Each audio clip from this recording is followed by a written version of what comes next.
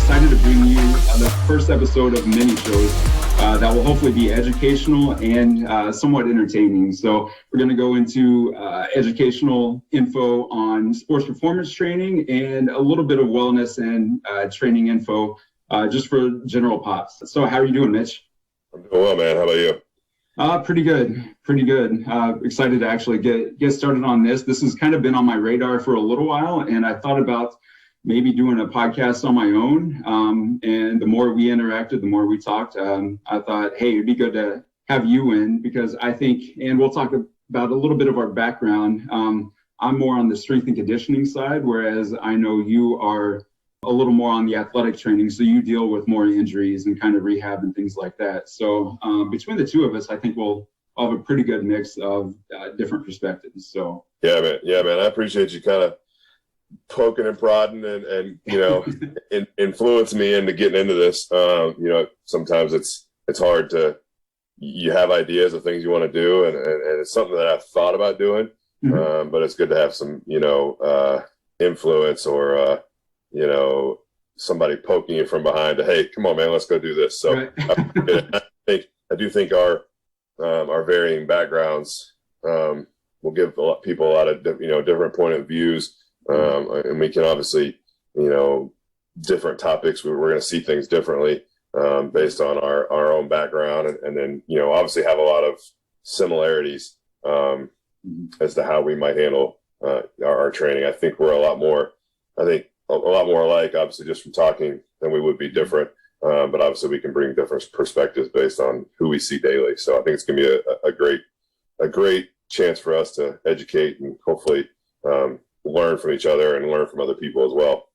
And that's one of the reasons that I was initially interested in a podcast, not for myself. I know that I'm not the smartest person in the world, but I want to learn from other people. And hopefully, like we talked about, we're going to be able to have guests like other coaches, other experts on the show and kind of get their input. So I'm going to use it to be educational for myself so that I can keep learning too. So I think that's a big part of it too.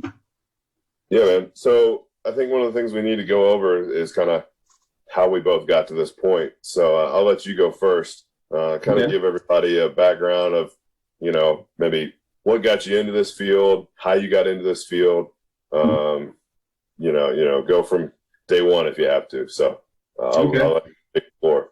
We talked a little bit about our different perspectives, and I think for me, I actually went through a little bit of a career change. I went to school and thought I wanted to go into like the sports marketing, public relations, that side of things, and realized that after doing it for a little while, I liked it, but I wanted to do something a little more to help people. And that's when I decided, this is my true passion in obviously sports and training and strength and conditioning and just helping people improve their lives. So yeah, I went to Illinois State University, moved around a little bit. I graduated from Illinois State, but I really have to give credit to Parkland College. It's actually a junior college in Champaign, Illinois.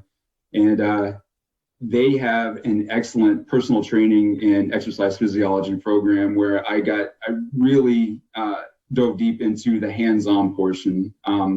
And that's really where I was introduced to, guys like Mike Boyle, Martin Rooney, Lee Taft, a lot of those guys that I still try to learn from as much as I can. So from there, I worked at a couple different gyms and then found my way back to Bloomington Normal area, kind of in the middle of the state. And we'll talk about that a little bit too. We're in kind of different parts of the country. So I know you'll have listeners in your area in Georgia, and I'll have some more in the Midwest. But yeah, I'm currently working in the Pitt Strength and Conditioning Center in Bloomington, where I work mainly with high school, junior high athletes, some college athletes, and then a different part of my day, I kind of get a little more into general pop, so just the adult population, and of course they have different needs too.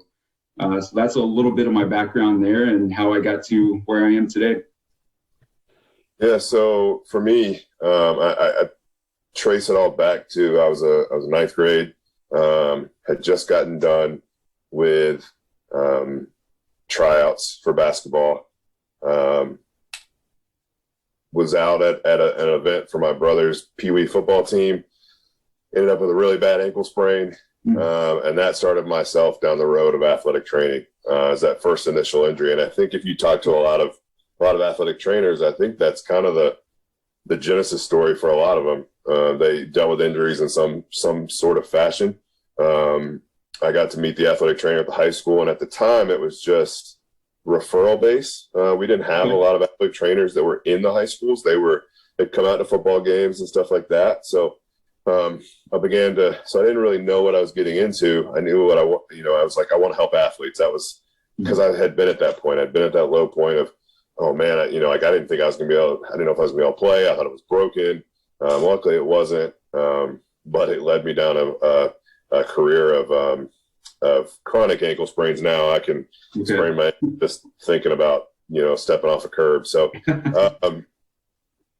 I went from there, played high school basketball, went on to Valdosta State in South Georgia, did my bachelor's of science in athletic training, and I had the dream of being a Division I athletic trainer. So I went on to Emory University. I was a D3, but was one of the better D3s that you could find in the country, probably in terms of athletics.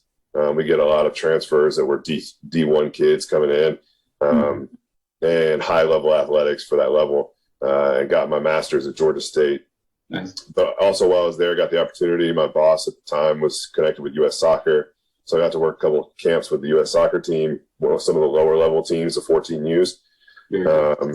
And then I went on from there. Did get the Division I job. I was working at Austin P in Clarksville, Tennessee. Worked with basketball, women's basketball, volleyball, and softball while I was there. And I think that's kind of where the love for the strength and conditioning thing came from. I started, I like to work out before that, but we had a strength coach there who, Nick Hanzik, kind of pointed me. He was like, hey, go check out this website. It was T-Nation. And I think that was the heyday of it. And I just sat there and was reading, learning a lot of things. And I became hooked into it. I saw that the best athletes, or the most resilient athletes that we had, were the ones that took their weight training seriously. And then from there, I left, went to the University of New Orleans, and that was actually my first chance to kind of integrate the two. When I got there, I was with the women's basketball team, and they asked me to run their fall program, their fall weight training program, because we didn't have a strength coach. UNO was coming out of the Katrina era, post Katrina. They had, they were rebuilding a lot, so a lot of fluctuation. The school was struggling, so they didn't have a lot of the resources. So got into that. Then my wife, I didn't think I'd ever do this. I didn't think I'd ever end up. And in that time, got married. Don't want to leave that part out. At that point, my wife came up pregnant after my first year there. We decided we needed to get closer to home. So that's when I started looking at high schools. And like I said, I never thought I'd end up there. But I think that's where I was meant to be, was in high schools, is helping these kids. I think I've gotten more enjoyment of working with high school kids there. Yeah. And since I've been there, I've done obviously all the sports there. I worked with, I also ran the strength programs for our basketball teams at one point. And then most recently our baseball team a couple of years ago before COVID. And then in that time also started training on the side. Had a friend that pitched for the White Sox, was coming off of elbow surgery, and he said, hey, I need some help. One, with a little bit of the rehab before he got, like, kind of the pre-stuff before he got back to the White Sox. And I want to keep my legs in shape. So it started in the garage. He actually bought all the equipment. I had a little bit of stuff already, but he bought a lot of the stuff that I had. And we trained. It was cold. It was early. We got after it. It was a good time. It was fun. I would train with him too. And so that kind of built from there. Got a couple of the baseball players locally that I knew that worked with me at the school wanted to start training as well, and it's kind of grown from there. So I've got about 8 or 9 kids that train with me pretty regularly when they're home. Okay. And then, pick up a few here and there that want to, train and see if it's for them. Right. But yeah, that's where I'm at now, kind of straddling the fence of sports performance and athletic training. I think I heard it best from Coach Schofield, who was a high school strength coach in the area here. He said he did the same thing, kind of went from athletic training to more strength and conditioning. He felt like he could make a bigger impact on the front side of injury than on the reactive side of injury. So I felt like that was something that I found a big passion for. So, and I think that's an interesting perspective that you have. It sounds like in your area, it is more likely that there will be a strength and conditioning coach at the high school. Whereas in Illinois, I feel like we're the only state that doesn't have regular full-time strength coaches in the high school. So a lot of it is around here is private sector, which I kind of go back and forth on which I think I would like more. I mean, I love the private sector just because I am able to work with a variety of athletes from different schools. I can get different sports, but at the same time, I don't really get that full team environment that you would working with a full team or at a high school or a college. So I think that's a little different there. The state of Georgia, definitely a perspective that you'd have. Yeah, the state of Georgia is a lot more. It is a lot of sports coaches in the weight room. But you do get some lucky. You get lucky and you get a good. Like we have a really good one at the school that I'm currently at, and the school I will soon be going to. Right. They coach football, but they are also really good strength coaches. That doesn't mean it's that way across the state. But I do think there is. I don't know. I can't compare for Illinois because I don't know that much, but I know the state of Georgia, like the private schools, most of them have one. Really good programs typically make it a point to have somebody good, even if they are a football coach. It just comes down to teachers' positions and points they have for a teacher position, and then how they can fill out coaches' positions. So it's not optimal, but I do think that some of the high schools are starting to see the importance of having somebody qualified in their weight rooms, both for safety and for just overall performance. Right. I think in Illinois anyways, I think maybe that's more common closer to the Chicago area. Like I said, I'm pretty much in the middle of the state right here. So I do think, and of course there are more private schools in that area. So I think that might make a difference too. From the athletes that I train, it seems like whenever I ask them about their strength program at their high school, it usually is the football coach that's running their strength program for the whole school. Which is good and bad. I've heard some, like you said, I think if they're not experienced in a complete area, I guess, of strength and conditioning, then it could be bad. I mean, you could have tennis players doing football style workouts, which, I mean, we can get into that too. I mean, a lot of things are going to be similar, but at the same time, you have to be careful with their shoulders and different things like that. So, just some differences there, I guess. So what were some of your biggest influences in because it sounds like you were more on the marketing side of things, so you kind of probably had to learn secondhand on training, correct? Is that kind of what I got? Obviously you had I did go back to school to obviously learn more about exercise science and get everything like that. So as far as like, I do feel like I have a pretty good balance of the business side and the strength and conditioning side. Where the deeper I get into this industry, the more I realize that you do have to know a little bit about both. I think some of the biggest influences would be, initially it was Mike Boyle. Learned a lot about him just through videos. And we actually watched a lot of his videos in classes that I had. So that was good. Really got in a lot deeper to Lee Taft, and then I was finally able to meet him. I've had some really good conversations with him, and I'm still learning from him all the time. For a while, Eric Cressy was a pretty big influence, and haven't followed his stuff as closely. And I think that might be some of the specific athletes that I'm dealing with and some of the more, I guess, niche areas that I'm getting into now. But yeah, he's still really smart. Now, a guy more in your area, Dr. Kovacs, I've really gotten pretty deep into the ITPA, the International Tennis Performance Association. And that's one of my certifications there, just because I do train a lot of tennis players. But yeah, I was able to meet Dr. Kovacs, and he is really good into the science of it. And even though he is pretty much geared more towards tennis, I think right now he's actually a sports performance director for the Cleveland Cavaliers. So he is kind of branching out a little more into basketball and some other sports too. So I would say as far as my main influences and people on that level that I'm trying to learn from, I mean, those are some of the major ones there. So what about you? Who are some of the people that you look to? Yeah, I think some of the big ones that Joe Ken is one that I think has helped shape how I program, especially for my athletes in terms of not necessarily like reps and sets and stuff like that, but like daily exercise selection and how I rotate and how I kind of set the week up. And using his tier system. Yeah.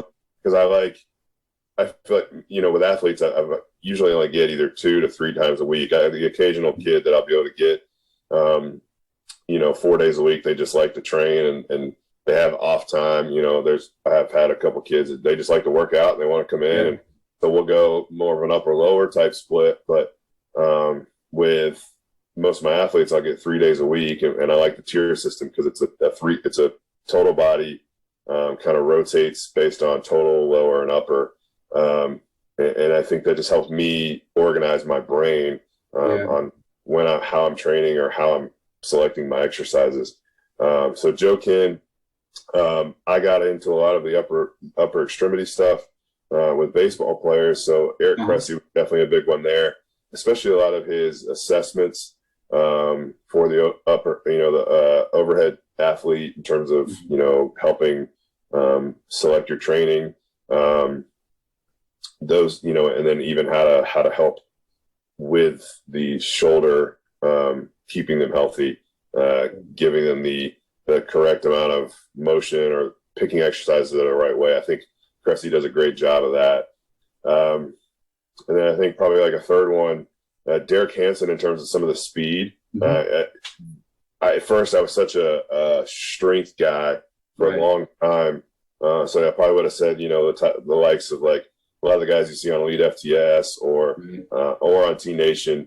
But Derek Hansen was kind of the first ones where I started kind of looking at speed and how that it's more of the game changer for the athlete than the strength and conditioning. I think strength is a big piece and it's very important, but what separates the kid on the field of play is typically their speed in most sports. So I think those three probably in terms of how I one shape my program during the week, the other one for how I've handled upper body stuff, and it's just the overall speed, like his kind of speed, some of the 3 key points that he uses, and we can obviously talk about that in a different episode.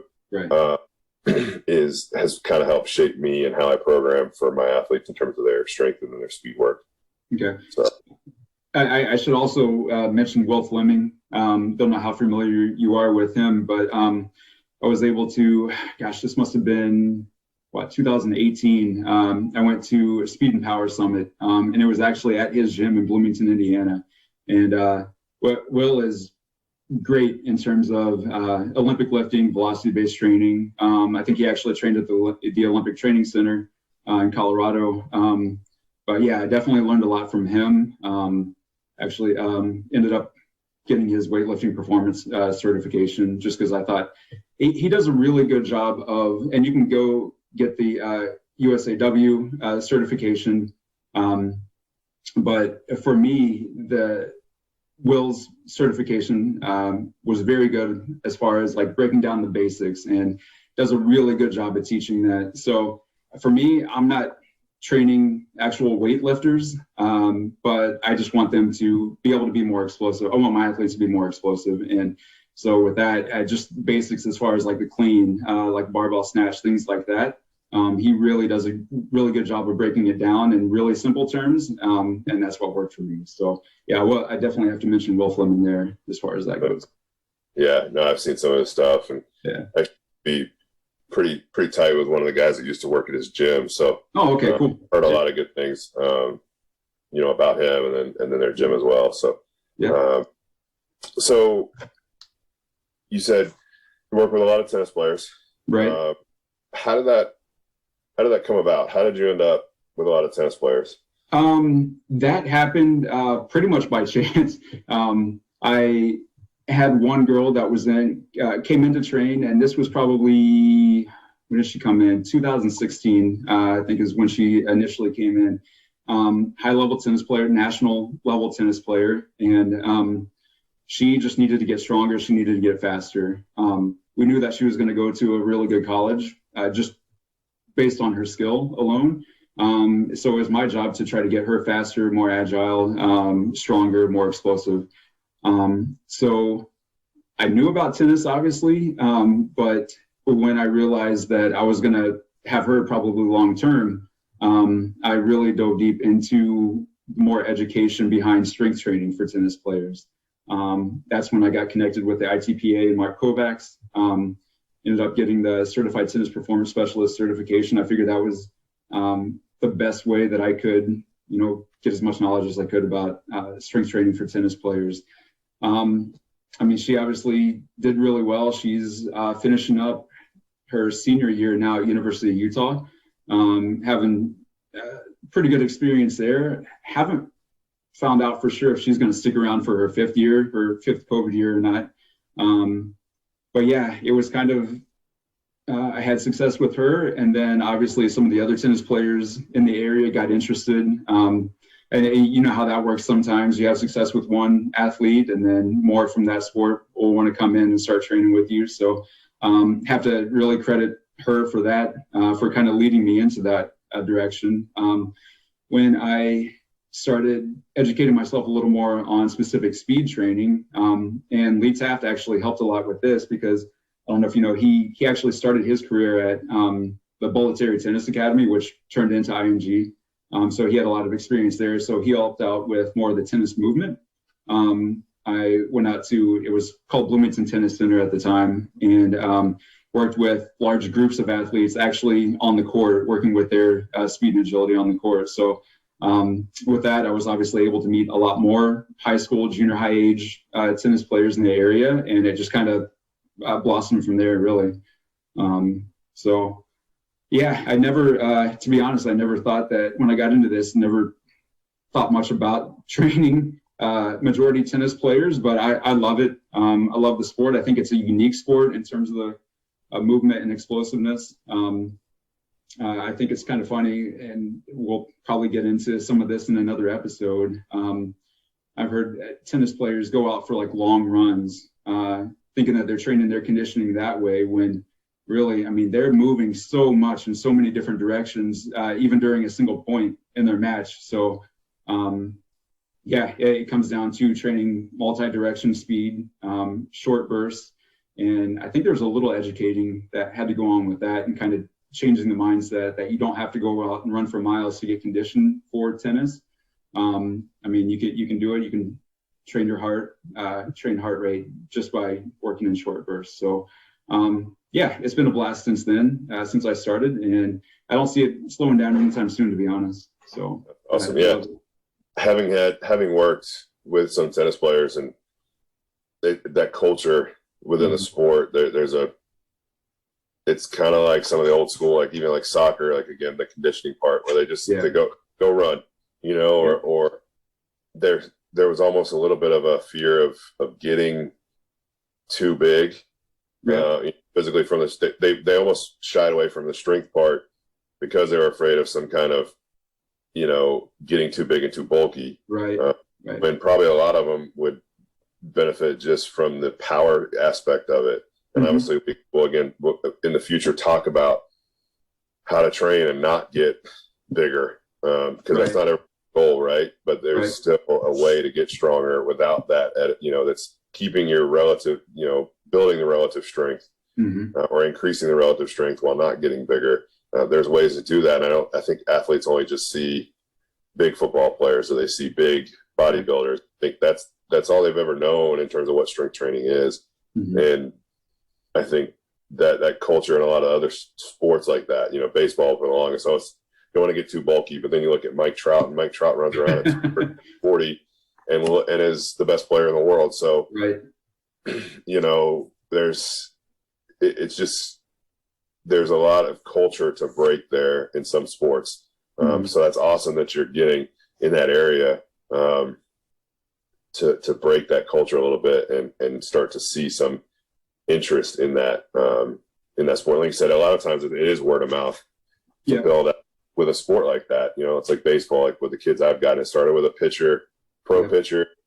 One of my athletes that I worked with had a tough time during the summer of being able to train with the football team he was playing with and play his summer baseball. So he'd come work out with me. So it was, it kind of built from there. And then the next thing I know, I've got 4 or 5 guys. Like, we come out of COVID and I've got 9 or 10 kids in my garage, and we're getting after it. So, I think word of mouth is a big piece. And once people see that you've done a good job, that you didn't turn her into some, hulking tennis player. Right. And she's actually gotten better, and she's healthier. Yeah. Then all of a sudden it piques everybody's interest. Like, what's the secret? What's the secret sauce that she's got? Right. And obviously talent is the biggest piece, but we can always, I've always told people that you take 2 people with the same skill level, but if I've got one that's training, I know that probably more than likely they're going to be healthier. Mm-hmm. They're going to be stronger, and it's going to increase their game. Right. They may have the similar skill in terms of like how they get to a ball or how their actual stroke. Mm-hmm. But if I can add 3 or 4 miles per hour on a serve or on a back end or whatever, that makes them that much more dangerous and that much harder to beat with the skill that they have. And I've seen some kids that lack the skill and just on hard work can catch up. They won't ever pass the kid with the same amount of skill, but guess what? They'll compete. I brought that up. I brought that up to some of the other athletes that have come in, and like you mentioned, skill wise, I might have a kid who maybe, and they know they're not on the same level as maybe another kid on their tennis team, but I kind of approach it as, hey, if I can help you get to the ball a little quicker, then you're going to be able to get a better swing on the ball, and you're going to improve that way too. So another aspect of the strength training that you kind of alluded to, I didn't realize it till one of the parents mentioned it the other day, actually, that I have 2 girls that have been coming in to train for, maybe about 3 years now, and they're doubles partners at their high school, and they're sophomores now. I hadn't thought much about it, but the parent brought up that they've been playing at a high level for however long they've been playing, and they haven't, knock on wood right now, but they haven't been injured through their sophomore year. And once you get into high school, for a lot of sports too, I mean, that workload is going to increase. I mean, they're playing more tennis than they have in their entire lives, and credit to them for staying consistent with the strength training. I mean, they've been pretty healthy over the last 2 years. So I think that's a big component that a lot of people need to look at. Not just, I mean, you're not going to get huge if you're training the right way. You're not going to get too muscular. You're not going to lose your flexibility or range of movement or anything like that. But that injury prevention aspect is huge when it comes to strength training. Yeah. So sure.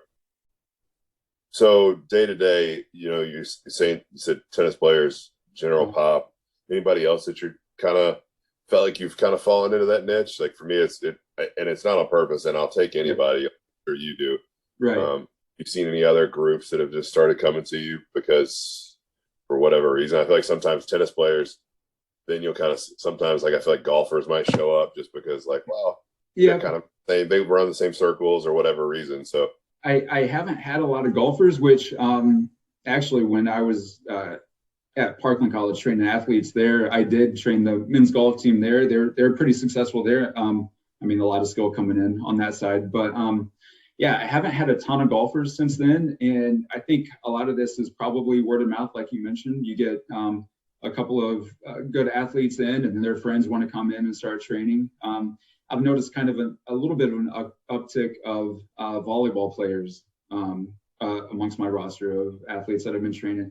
I would say the largest, I guess, population as far as athletes would be tennis players, softball players, and volleyball players right now. So kind of interesting, and this can be another another episode, another topic too.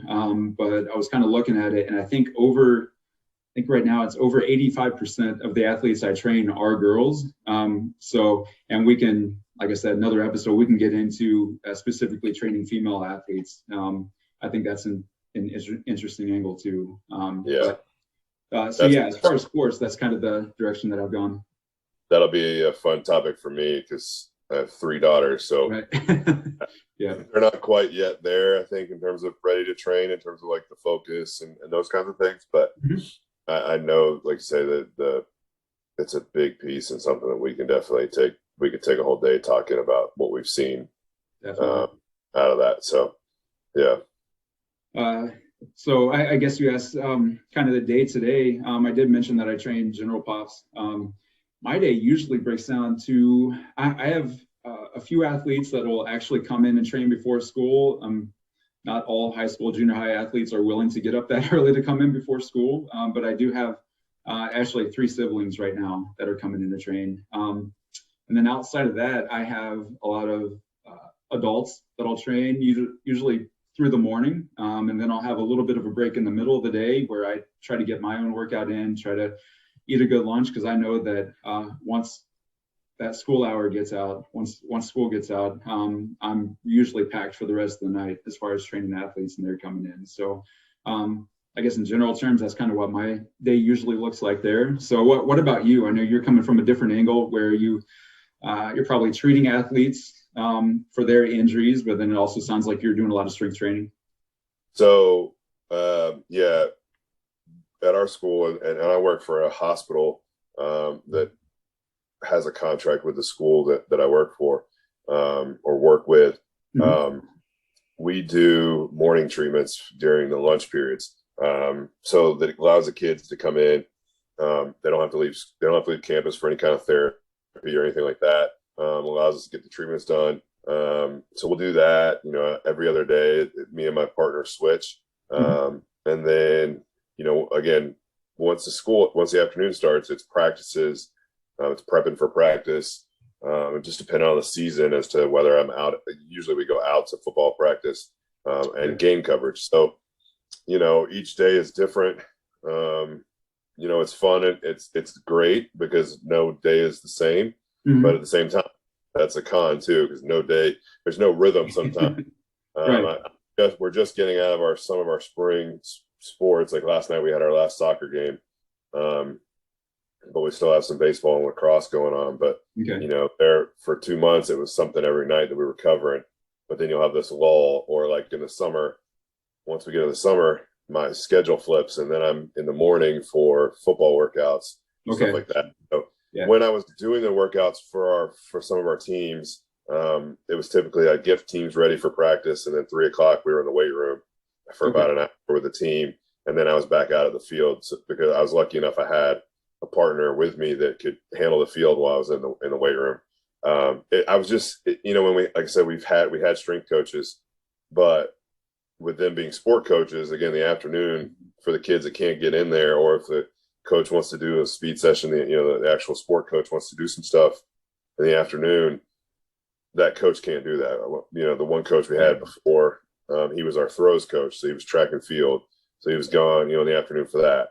So it was a way for me to try to help our kids that maybe couldn't in a different way outside of the rehab and the treatment stuff. And then if we get in later afternoons, then it's game time. It's, a lot of that stuff it's a sit and wait, for us. I don't want to say it's always a good thing when I'm not on the field. If I have to come on the field, usually something's wrong. So most nights I pray for a quiet night, hopefully a win, and then, get home. So there's there can be some late nights there. But, my dad years ago asked me what I wanted to do, and I said, I just don't want to be in a desk job, a 9 to 5. Right. Sure enough, I got it. Sometimes I curse myself about it. Sometimes I love it. I've gotten to go and see things and work with athletes of high caliber. and get to be a part of some of those memories for some of those kids. There's as I'm moving to a new school, and you start having some of these like flashbacks, and you get to remember this play of this state quarterfinal game, and so you be in the best seat of the house, and you get to be there. One of the things I tell the parents, my goal is to be there when your kid needs me the most, and to get them back to where they want to be. Yeah. But a lot of these kids, that's their way out. For some people, that's their way out of whatever's going on, maybe at home, or whatever's going on in their head. Sports is the thing that kind of helps them. And if I can help them do what they do best and get back to what they do best, I've done my job. A lot of people ask why I do it, and outside of obviously supporting and providing for my family, because that's obviously important, is helping kids do what they love, and getting them back to that when it's been taken away from them for whatever reason. So I think that's kind of the day to day for me as a high school athletic trainer, and it varies from school to school and from level to level. Like at the college level, it was sometimes be at cross country practice at 6 o'clock, and we might have a basketball game that evening at 7 o'clock. So it's it's kind of like yours, where it's long. It can be long days if depending on what's going on that day. And again, it's never the same each day, which is fun. It keeps you on your toes, and it keeps you never get real stale with it. So that's good, and that's an aspect of your job that I think you are, well, because it's part of your job, that you are able to get out and see the athletes that you work with all the time and see them perform. I try to do that as much as I can, but like right now, the spring sports, like our softball, baseball, track, I mean, most of those events start around 4:30 after school, and that's a heavy time for me to be training other athletes. So that's one thing that I wish I could do more of now, is actually get out and see athletes perform, just because it helps because I can see what they might need to work on a little more, because I get to see them in live game action. But also, like you said, like I just want to see him succeed. I just want to see him get a little better. I think one of the best messages that I got, what was it? I guess it would have been about a little over a year ago. I had a basketball player. He was in 8th grade, and in 7th grade, he didn't make the basketball team. He was a student manager, and that tall, lanky guy, and he wanted so badly to make the basketball team. And I know he was going through tryouts, and I was actually in the middle of a session when I got the message, like, "Hey, Aaron, guess what? I made the team this year." And that was one of the best feelings that I've had. Just knowing how badly he wanted that, and that I was able to do at least a small part in helping him get to that point. So I think that's where a lot of the satisfaction comes into what we do. For me, I mean, they have their skill coaches, they have their other coaches too, and I realize that I'm just a small part of what they do. But just playing that small role, I think, is a big part of why I do what I do. Yeah. So. Sure. Well, awesome. I guess we want to kind of talk about our ultimate goal with this podcast, and I think that'll help us kind of everybody see what our goal, what we're planning here. I think the thing that we picked the everyday performance title because we didn't want this to be just about athletes, and obviously we work with a lot of athletes, right? But we also have some general pop. Like I've now have a 72-year-old young man that comes into my basement and we train. He started a couple weeks ago. So, and I think we both are on the same wavelength, that everybody in their own right is an athlete in some sort. Right. Is it to play professional baseball or high level tennis? No, it might just be to be able to go play tennis with their friends, or to be able to go hit the ball off the tee, at 72 years old, and to still be able to get up and down and move and prevent injury, future in their future. I think that's one of the reasons that I train, is I want to be able to run around with my kids when I'm 50, Right. those or my grandkids at that age. So I think that's why we went with the everyday performance title. But what do you think? We've talked about this obviously, but what do you think is our goal with some of the information that we're going to be sharing, some of the guests we're going to be bringing on, to help educate the listener? I mean, just what you said, I think that's completely accurate. And one of the things when we were talking about all this that came to mind was I might have a junior high or high school athlete that's going through some things, whether that's like overuse injury or like an acute injury that happened. But then I also have a 73-year-old client that I train 3 days a week now. Like, credit to her, like she's coming in 3 days a week. And one thing that I've noticed is that a lot of them have the same issues, maybe for different reasons. I might be working with a tennis player or volleyball player that has shoulder issues, and then I'll go train that 73-year-old client and realize that she has a lot of the same issues. Hers might be just from wear and tear, over the course of her life.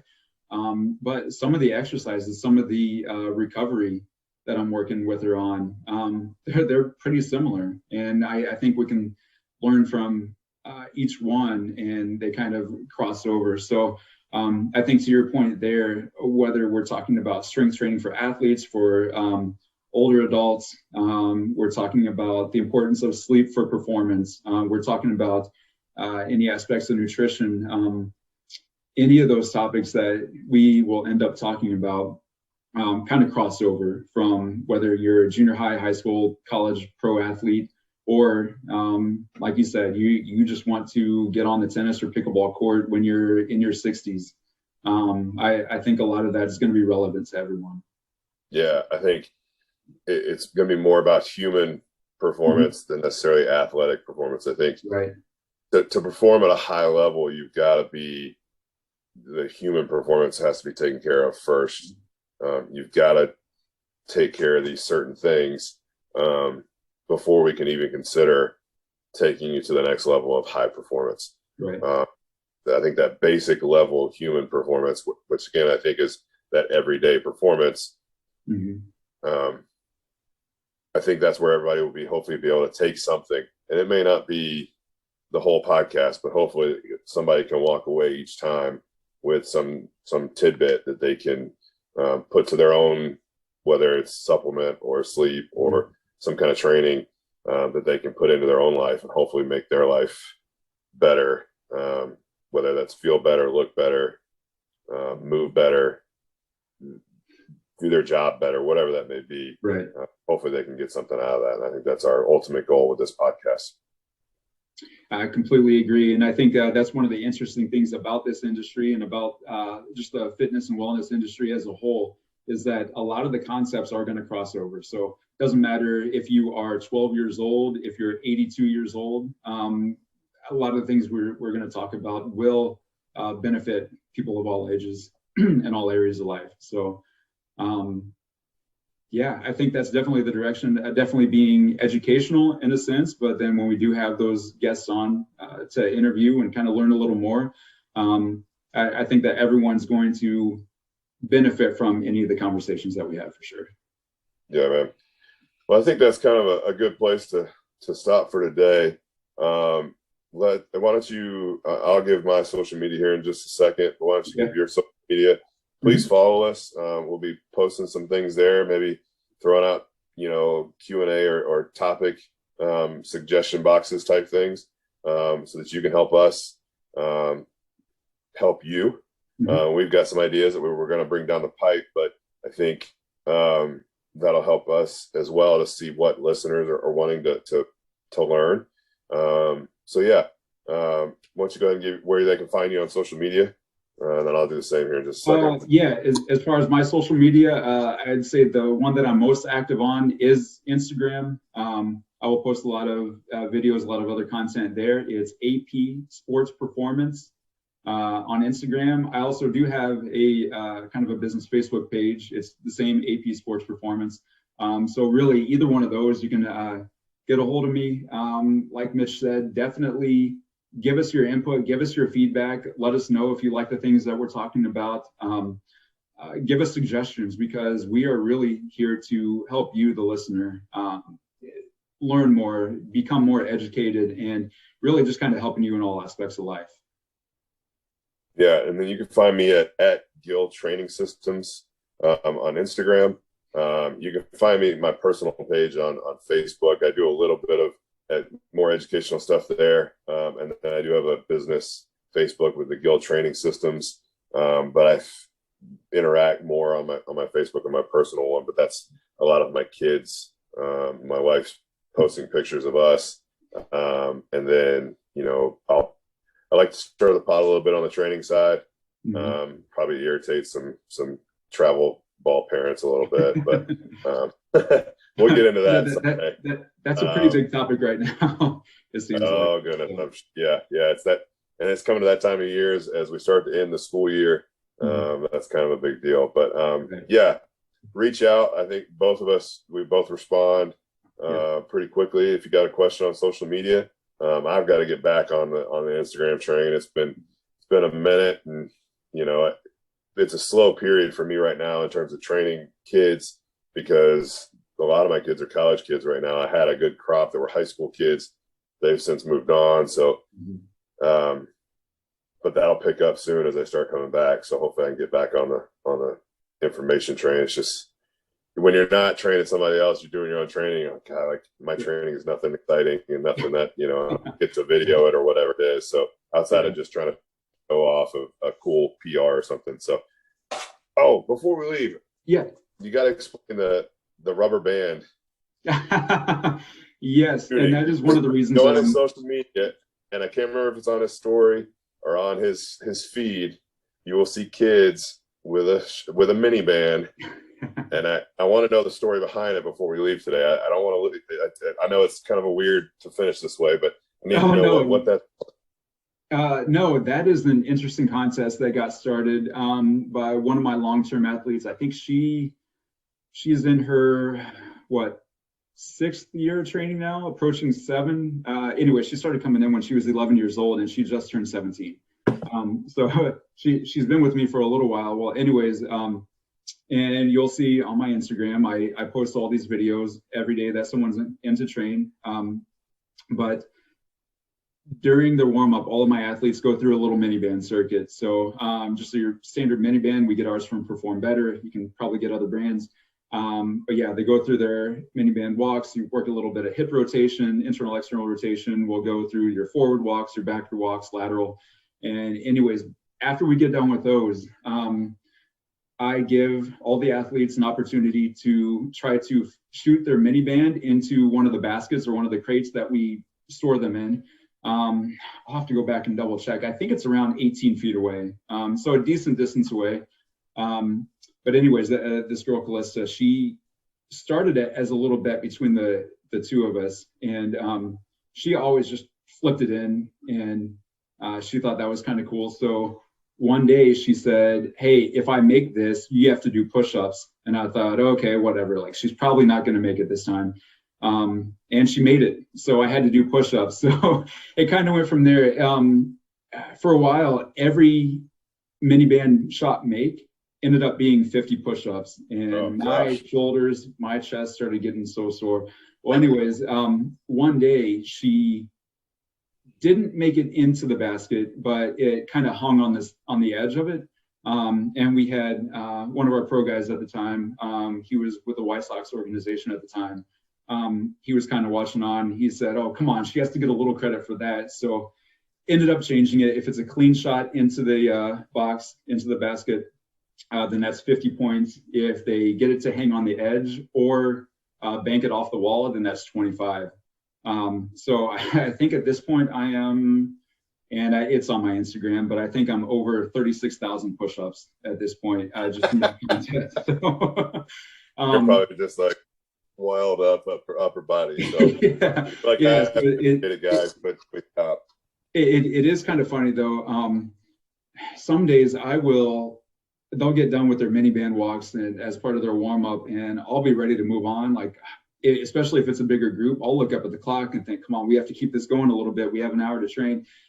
But no, they're lined up. They're waiting for me to get my phone out so I can video them for the evidence. And yeah, I do kind of dread some of those bigger groups that I have, thinking, man, if all 10 or so of these guys make a 50-point shot, I am dead. So, but fortunately, I think the most that I've done on one night was, I think it's 275 push-ups, Wow. all in one night. And I was the dumb one and saved them all until the end of the night. So I had to do them pretty much all at once. Now at this point, I try to break them up a little bit throughout the day. If one of them makes it, I have a few minutes in between sessions, I'll crank out some push-ups. But yeah, I try to do them in correlation with the shot that they make. So I'll break them up. If I have 3 people that make a 25-point shot, then I'll do 25 at a time, take a break, 25 more. Yeah, if I have everyone makes 50, I'll crank out 50 at a time. Not the happiest after I get done doing those. That's a lot of push-ups. They add up. But anyways, yeah, that's the little backstory on that contest. That's awesome. I had to know. It popped up right before, and I was like, in my head just now, got to know. So, well, cool. Well, all right, man. Well, it was good talking to you today. Yeah, you looking too. forward to it. And like we said, guys, please reach out to us. We want to hear what we can do for you guys. And yeah, we'll see you next time.